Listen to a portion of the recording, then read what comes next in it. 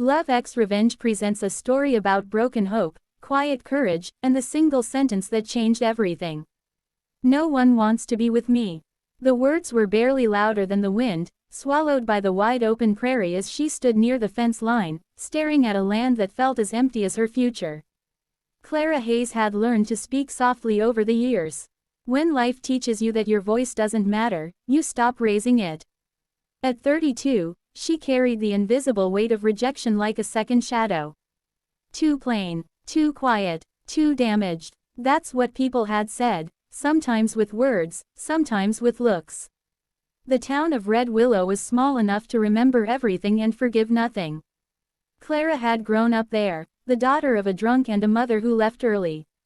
By 16, she was already labeled trouble, even though she'd done nothing but survive. By 20, she'd married a man who promised escape and delivered bruises. By 30, she was alone again, working part-time at the feed store and living in a rented trailer that shook when the wind got angry. She told herself she didn't need anyone. That independence was strength. That loneliness was peace. But some nights, when the prairie went silent and the stars felt too far away, the lie cracked. She wanted what everyone wanted, even if she pretended otherwise. To be chosen, to be seen. That afternoon, she was repairing a broken fence for old Mr. Wilkins, earning a few extra dollars. Her hands were sore, her back aching, and her thoughts darker than the gathering clouds. She didn't hear the horse at first. Only when a shadow crossed the dust did she look up.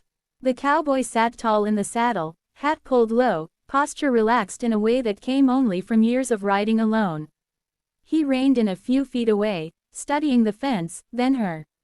Not the quick glance men usually gave, but something slower. "Careful, you need help?" he asked. His voice was calm, steady, like he wasn't in a hurry to be anywhere else. "I'm fine," Clara replied automatically. He nodded, but didn't leave. Dismounted instead, tying the horse to a post. Up close, he looked older than she'd first thought. Late 30s, maybe early 40s. Lines at the corners of his eyes. A scar along his jaw. Someone who'd lived hard but honest. "I'm Eli," he said. "Wilkins asked me to check the south pasture, but looks like you beat me to it." Clara. They worked in silence for a while, passing tools, setting posts. The quiet wasn't awkward. It was easy. That surprised her more than his presence. When the last wire was tightened, she wiped her hands on her jeans and let out a breath. "That's it." Eli leaned against the fence, watching the horizon. "You do this kind of work often?" "Whatever pays," she said. Then, without meaning to, the truth slipped out. "Not like I've got much else going on." He glanced at her, not pitying, not judging. Just listening. The clouds finally broke, sending a light rain across the fields. They stood under the open sky, neither moving. Something about the moment made her chest ache. "I should go," she said, though she didn't move. "Clara," Eli said quietly.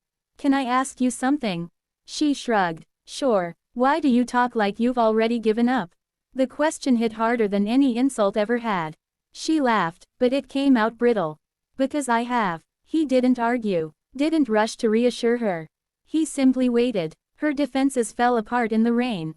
"No one wants to be with me," she said, finally saying it out loud. "I'm not what people choose. I never have been." Eli looked at her for a long moment. Then he said the words that would change everything. "That's not true. They just didn't know how to see you." She frowned. "You don't even know me."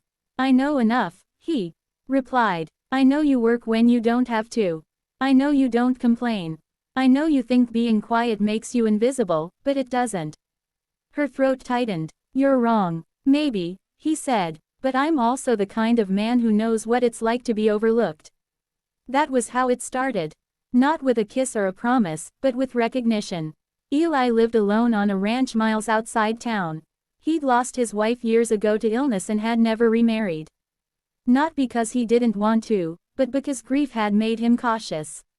He invited Clara for coffee the next week.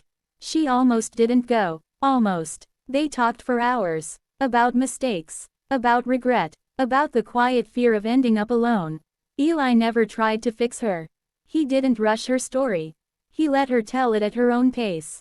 Word spread fast in Red Willow. People noticed Clara riding out to the ranch, noticed the change in her posture, the way she smiled more easily.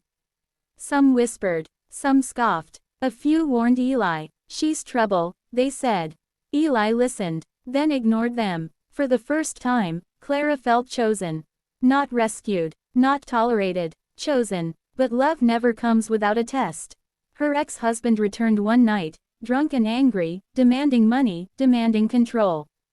Old fear flooded back. When Eli arrived and stood between them, calm but unyielding, Clara saw something shift. Not in him, but in herself.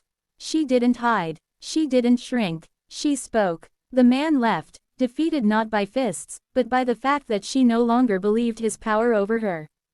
That night, Clara cried in Eli's arms, not from fear, but from release. "I thought I was unlovable," she whispered. Eli kissed her forehead. "You were just waiting for the wrong people to leave." Months passed. The ranch changed. Laughter joined the sounds of wind and cattle. Clara learned to ride, to mend, to dream again. She still had scars. So did Eli, but they didn't define them anymore. On a warm evening, standing by the same fence where they first met, Clara looked at him and smiled. "I used to think no one would ever choose me," she said. Eli took her hand. "Funny thing is, I thought the same. Sometimes destiny doesn't arrive with fireworks. Sometimes it comes on horseback, in the rain, and says the one thing you needed to hear. And everything changes after that."